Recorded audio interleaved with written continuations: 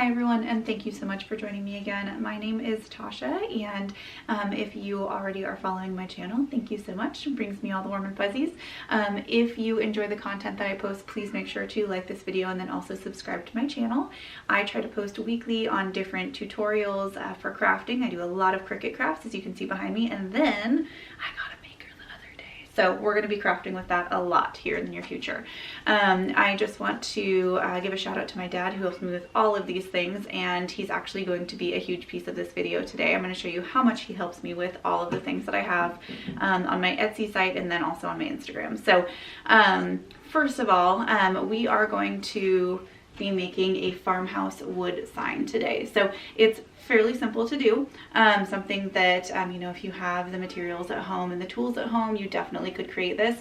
If you don't, we actually just started a new Etsy site called, or an Etsy shop I should say, called Just Craft Blanks. And so we are going to be posting all of the wood blanks that we make, and we are going to be putting a lot more things like this on there. We just started it, so there's not a lot on there quite yet, but we are hustling to try and get more stuff. So basically, my dad has a wood shop full of 30 years of wood that he has been collecting. Everything that we use is reclaimed or has some sort of reclaimed or repurposed or recycled wood in it.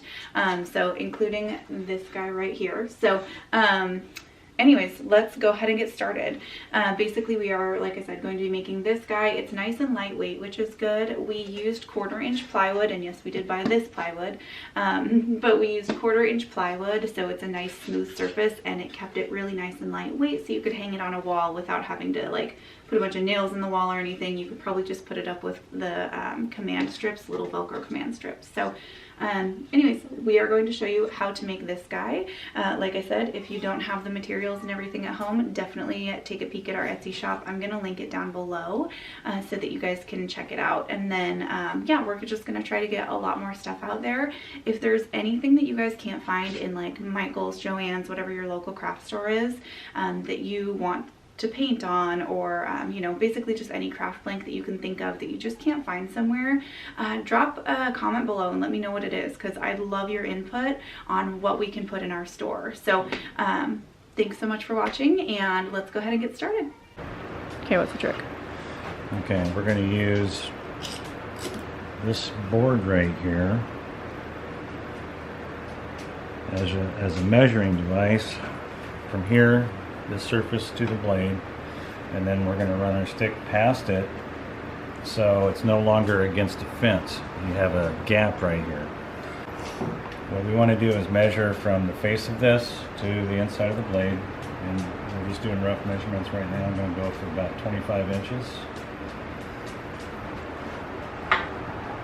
Lock the fence down, and then our wood that we're going to cut rides up against this.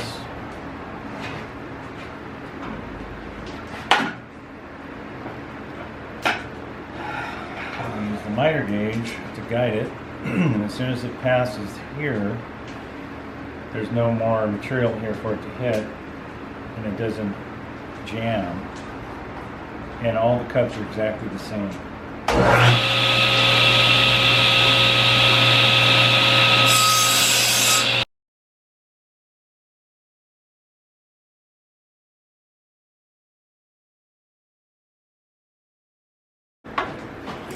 Still need a little meat on there, but okay, so 1 1/4. We're ripping this down. Take 2.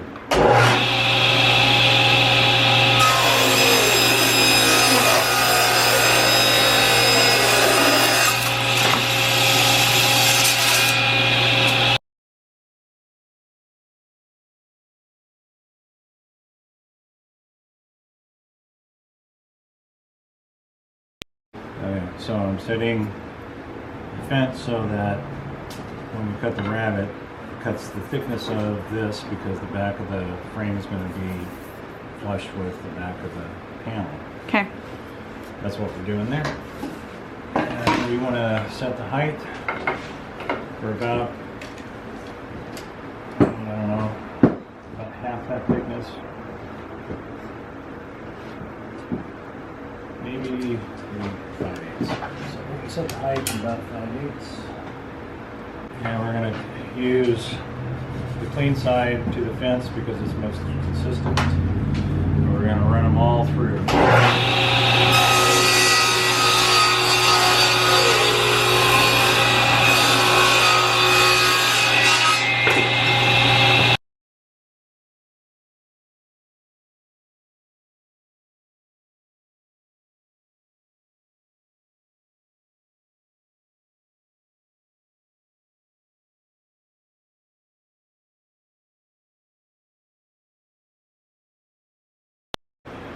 Okay, so we're cutting the other half of that out of there. Perfect. So that it'll lay flat on the board, right? Yeah. Perfect. So let's just do a test and see if we're a good pace.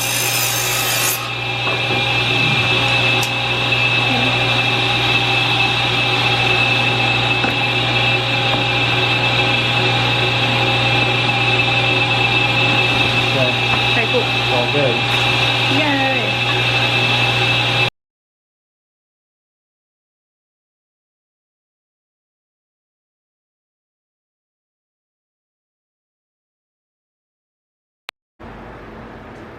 It's because I don't want to pull out the chop saw. Perfect.